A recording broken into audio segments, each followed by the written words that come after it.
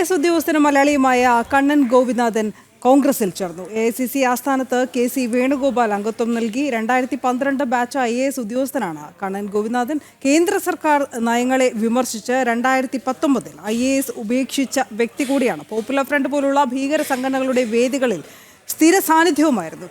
ശ്രീകാന്ത് വിവരങ്ങൾ നൽകും. ശ്രീകാന്ത്,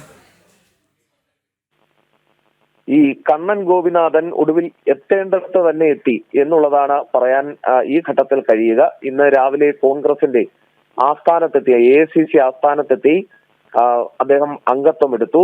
KC വേണുഗോപാലാണ് അംഗത്വം നൽകി പാർട്ടിയിലേക്ക് സ്വീകരിക്കുകയുണ്ടായത്. മുൻ IAS ഉദ്യോഗസ്ഥനാണ് ഈ കണ്ണൻ ഗോപിനാഥൻ, മലയാളിയാണ്.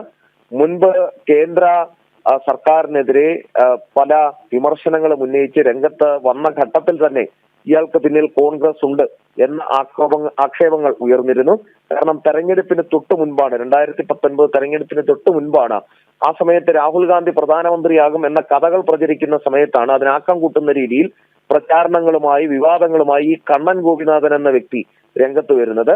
അന്ന് തന്നെ അതിന് പിന്നിൽ കോൺഗ്രസ് ആണ് എന്ന് കൃത്യമായ വിവരങ്ങൾ പുറത്തു വരികയും ചെയ്തിരുന്നു. പക്ഷേ അത് പിന്നീട് കണ്ണൻ ഗോപിനാഥൻ മറവിയിലേക്ക് പോയി. പക്ഷേ പെട്ടെന്ന് കണ്ണൻ ഗോപിനാഥനെ സ്പോൺസർ ചെയ്തവർ തന്നെ ഇപ്പോൾ പ്രൊട്ടക്ട് ചെയ്ത് രംഗത്ത് വരുന്ന കാഴ്ചയാണ് കാണുന്നത്. എത്തേണ്ടിടത്ത് കണ്ണൻ ഗോപിനാഥൻ എത്തി. കോൺഗ്രസിലേക്ക് വരുന്നവർ സ്ഥിരം പറയുന്നത് പോലെ ഇനി നരേന്ദ്രമോദിക്കെതിരായി ശക്തമായി പ്രചാരണം ഉണ്ടാകും, ആഞ്ഞടിക്കും തുടങ്ങിയ കാര്യങ്ങൾ ഇന്ന് കണ്ണൻ ഗോപിനാഥനും പറഞ്ഞിട്ടുണ്ട്. ശരി ശ്രീകാന്ത്.